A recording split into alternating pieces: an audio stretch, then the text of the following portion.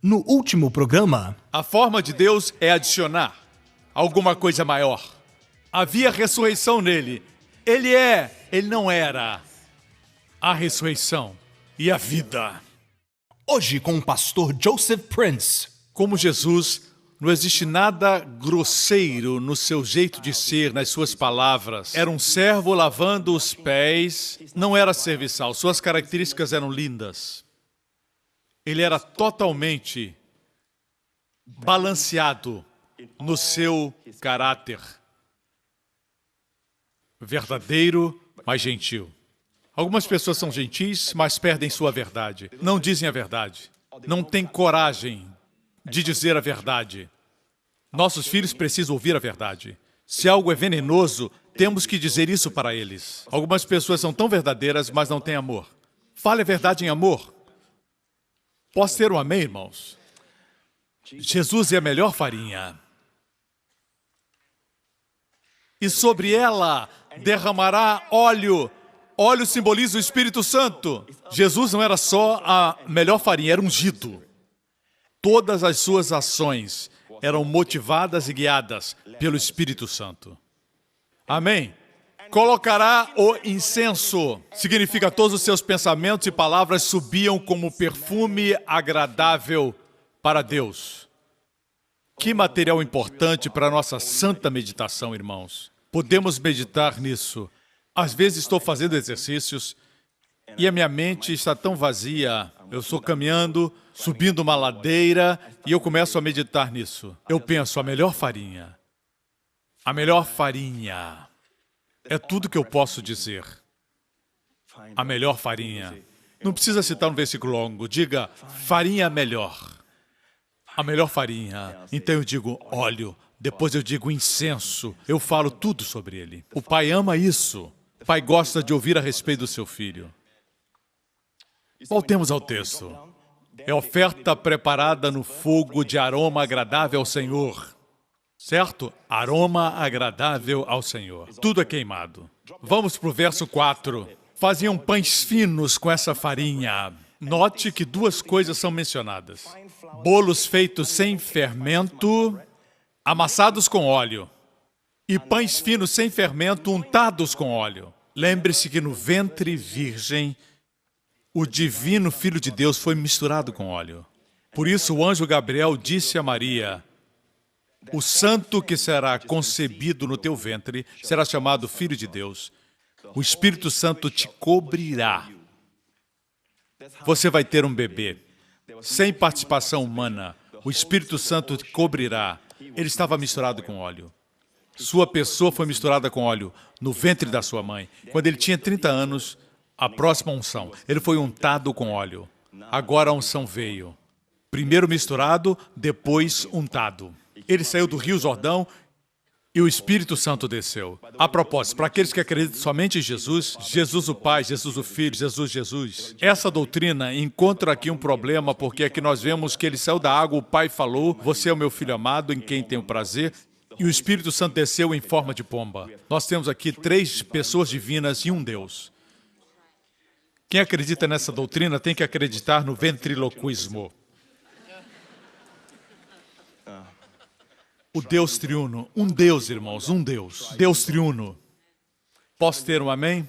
Voltemos à 2 Reis. Tragam farinha, sirvam a todos. E já não havia mais perigo no caldeirão. Pastores e líderes, nossas pregações não são perfeitas. Não somos perfeitos. Precisamos ter o Senhor Jesus no nosso sermão.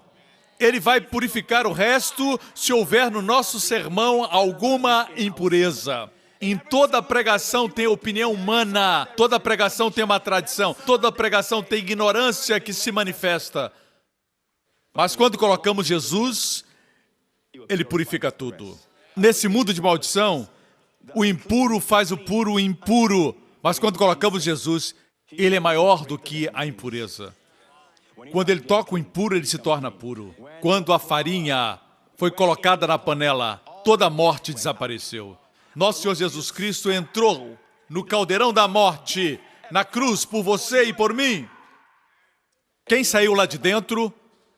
nosso Senhor Jesus, mas a morte foi destruída. A morte teve que pedir arrego ao único homem que não se prostrou diante dela. Todos os homens têm medo da morte. A Bíblia diz que Jesus assumiu a forma de homem, carne e sangue, e passou pela morte. Ele nasceu para morrer. Seu corpo existia para morrer. Por que morrer? Para que com sua morte ele destruísse aquele que tinha o poder da morte, o diabo. Aqui termina a história. Ela foi contada em 7 versículos somente. Vamos começar uma outra história. Veio um homem de Baal Salissa trazendo ao homem de Deus 20 pães de cevada feitos dos primeiros grãos da colheita. Perceba bem. Parece que o Espírito Santo uniu esses 2 milagres. Fala da comunhão e fala do dízimo. Porque hoje recebemos a melhor farinha na ceia do Senhor. Por isso Jesus disse, fazei isso em memória de mim. Existe uma grande mentira que tem sido dita, que diz que antes do apóstolo João partir, ele viveu uma longa vida. João, o apóstolo, ele escreveu suas 3 epístolas. Ele advertiu a respeito dos agnósticos. E os agnósticos não creem que Jesus veio em carne e sangue. Eles creem que ele foi uma consciência cósmica. Você tem Cristo em você, Cristo está em você, Cristo está naquele que está na rua. Temos que internalizar para entrar em contato com a consciência cósmica de Cristo. Como eu sei? Porque eu fazia parte disso. Nova era. Isso é muito perigoso. Traz morte para a nossa alma. Todas as vezes que participa da ceia, você se opõe a isso. Existe o pão e existe o vinho. O corpo e o sangue. Quando você participa, você destrói a doutrina dos agnósticos. Todo espírito que nega que Jesus Cristo veio em carne não procede de Deus. É o espírito do anticristo. A ceia é isso. O inimigo vai atacar você, vai vir contra você. Na semana passada eu preguei sobre a ceia, certo? O que aconteceu essa semana? O meu filho ficou doente. Na quinta-feira, teve uma febre alta. Durante a sua vida de bebê, ele só tem 2 anos e meio, mas durante sua vida, como um bebê, um menino, ele nunca teve febre com mais de 39 graus. 39,5 é febre muito alta. Os médicos dizem que essa temperatura é realmente muito alta, não sabia o que fazer, e o diabo disse, onde está o seu ensinamento sobre a ceia? Você tem que correr para o hospital, leve o seu menino para lá. Você vai ser responsável. Ele começou a atacar. Eu conheço pregadores que não pregam sobre cura porque têm medo dos contra-ataques. Mas, amigo, ele contra-ataca porque ele está tremendo. Significa que ele está com medo. Amém? Como diz o Evangelho de Marcos 4,17, quando surge alguma tribulação ou perseguição por causa da palavra, em outras palavras, o diabo ataca quando pregamos a palavra, porque ele teme que a palavra encontre lugar e se enraize. Ele quer que eu pare de pregar sobre a ceia, mas eu estou pregando uma vez mais sobre a ceia.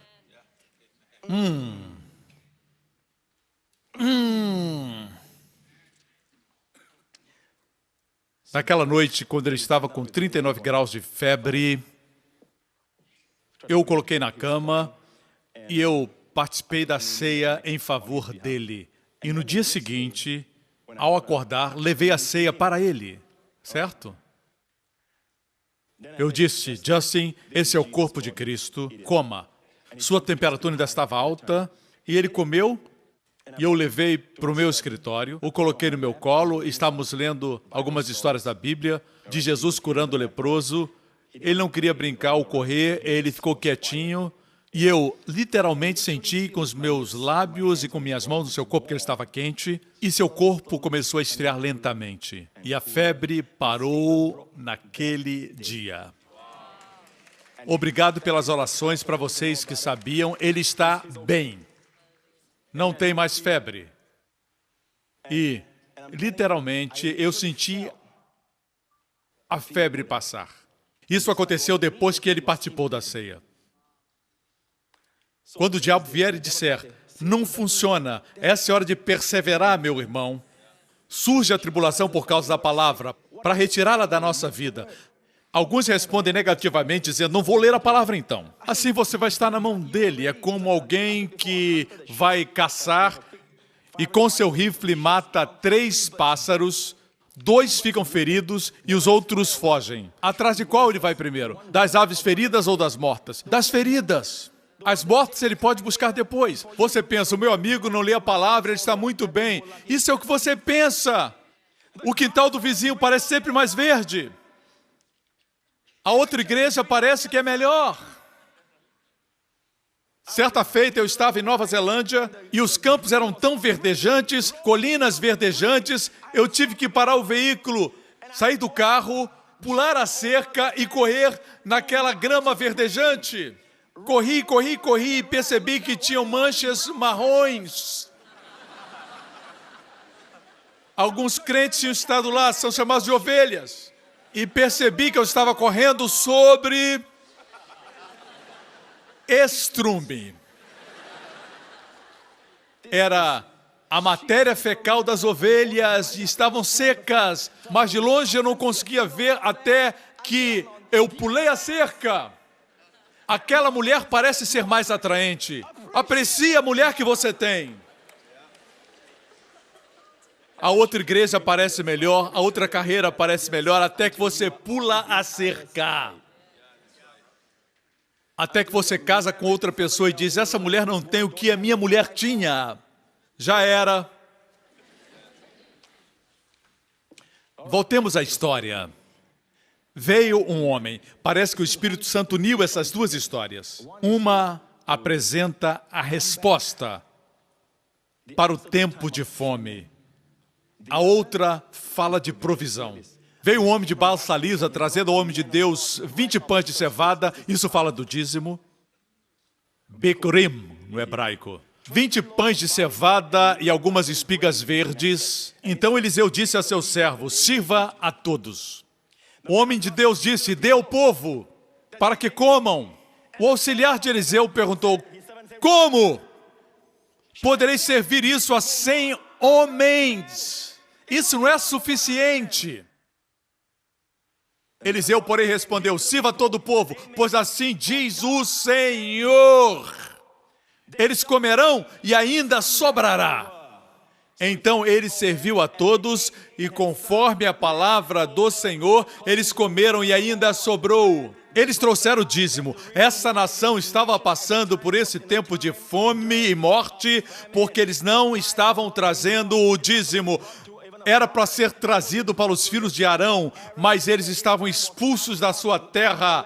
Tudo estava fora do seu lugar. Tudo estava em desordem e confusão. Mas esse homem que era sincero disse, eu quero dar meu dízimo, para onde eu vou? E ele decidiu ir para Eliseu.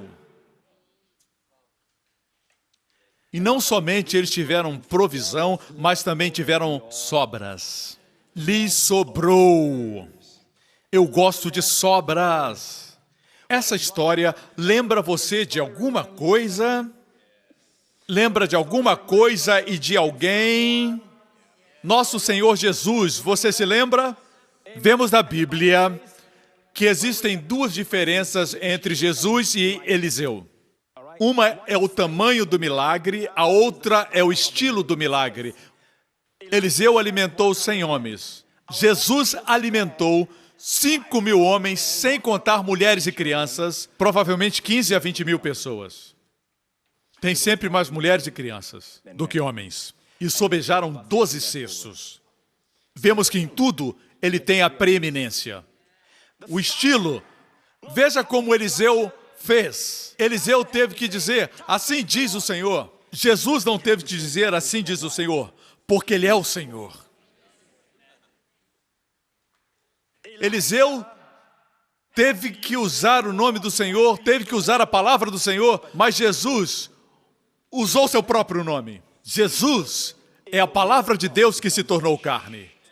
Nosso Senhor Jesus é a palavra que Eliseu usou para alimentar o povo. Ele era um servo. O Senhor Jesus está numa classificação e num lugar de preeminência. Ninguém é como ele. Amém, irmãos? Em ambos os casos houve sobra. Sobejou nas duas histórias. Porque Deus quer que você saiba que sua provisão é sempre maior do que sua necessidade. Na casa do meu Pai existe pão em abundância. Sempre mais do que você necessita. O amor de Jesus, seu amor é tão grande quanto o seu poder.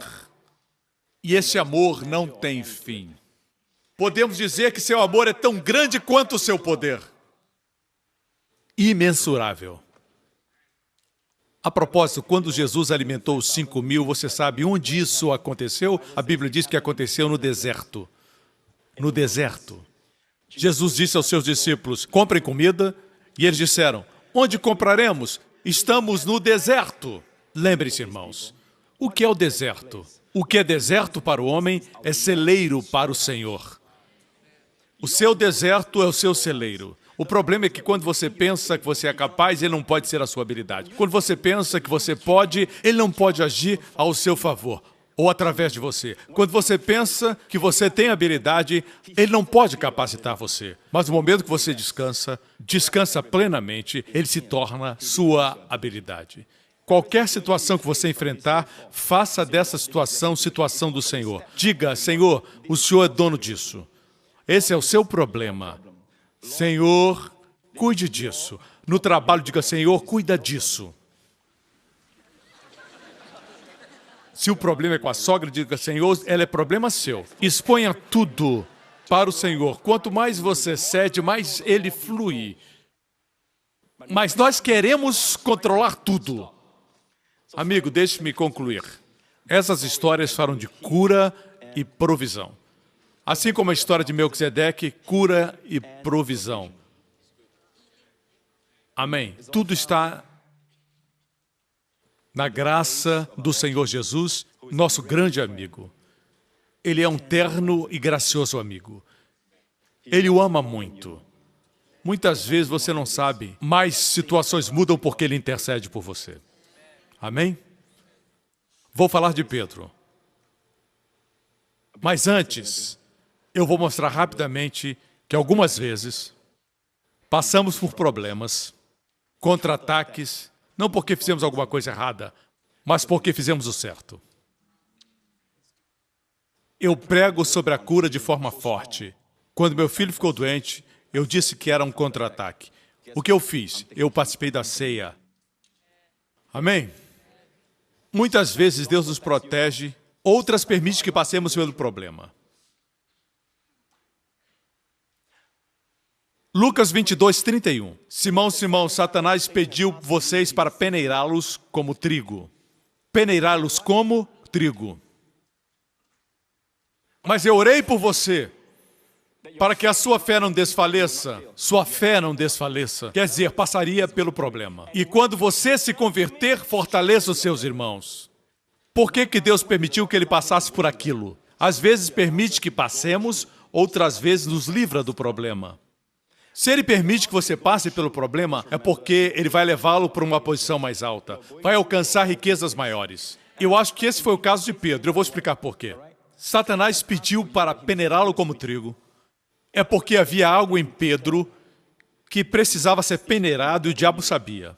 Ele pediu que Deus permitisse e Deus permitiu. A única coisa que o Senhor pediu foi que sua fé não desfalecesse. E até profetizou que ele iria se converter.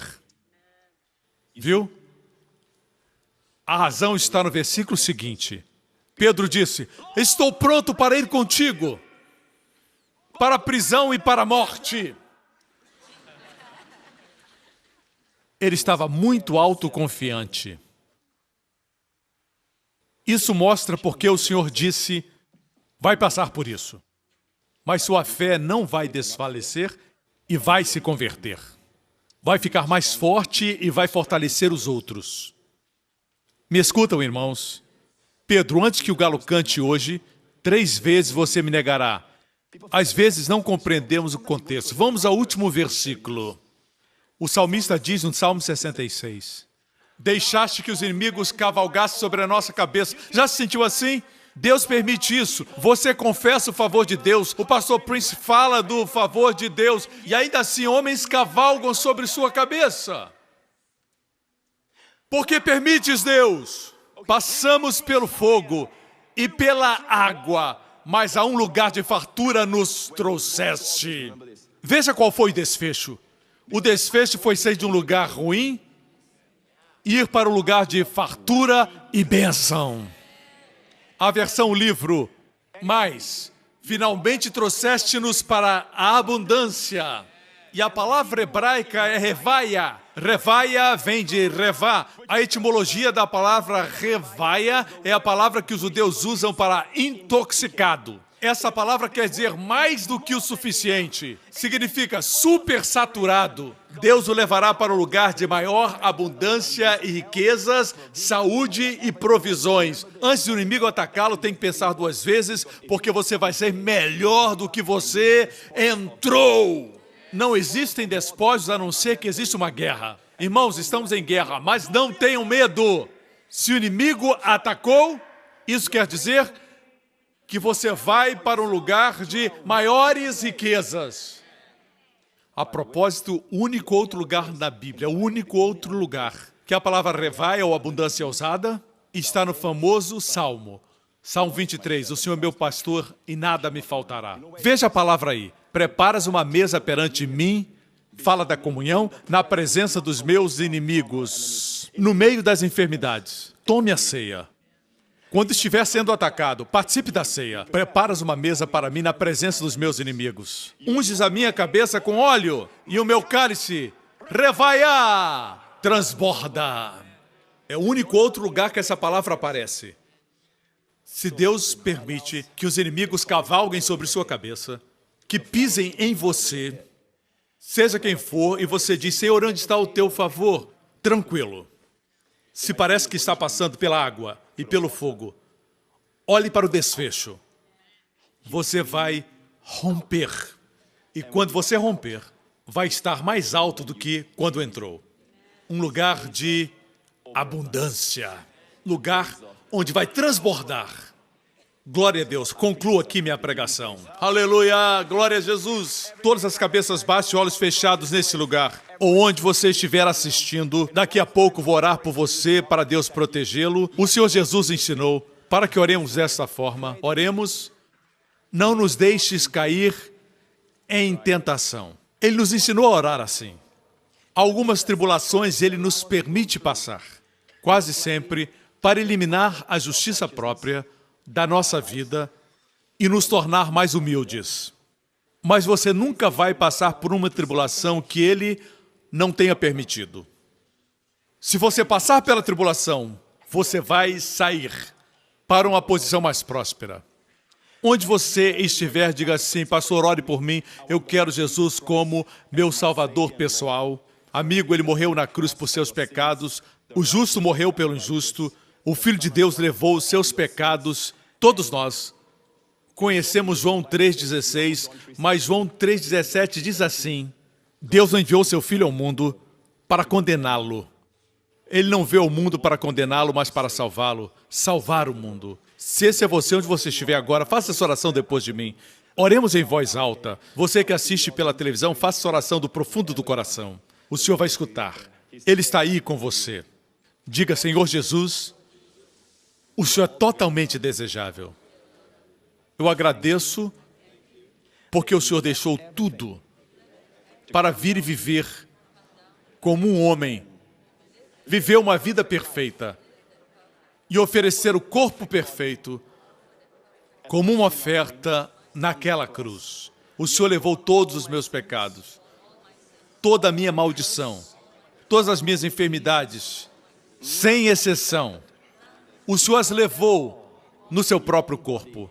E no terceiro dia, Deus o ressuscitou. Eu confesso Senhor Jesus, o Senhor é meu Salvador. O Senhor é o Cristo, o Filho do Deus vivo. E o Senhor é meu Senhor. Eu sou salvo, completamente perdoado, profundamente amado, grandemente abençoado. No nome de Jesus. Amém, amém, amém. Fique de pé. Eu vou abençoar vocês. Se fez essa oração pela primeira vez, você agora é filho de Deus. As coisas velhas passaram, tudo se fez novo. Vá à igreja. A vida da igreja é vital para a bênção da sua família e seu bem-estar. Amém? E para a paz completa em todas as áreas da sua vida. A igreja não é ideia humana. Foi ideia de Cristo. Ele morreu para gerar a igreja. Amém? Glória a Deus. Levante sua mão nesse lugar.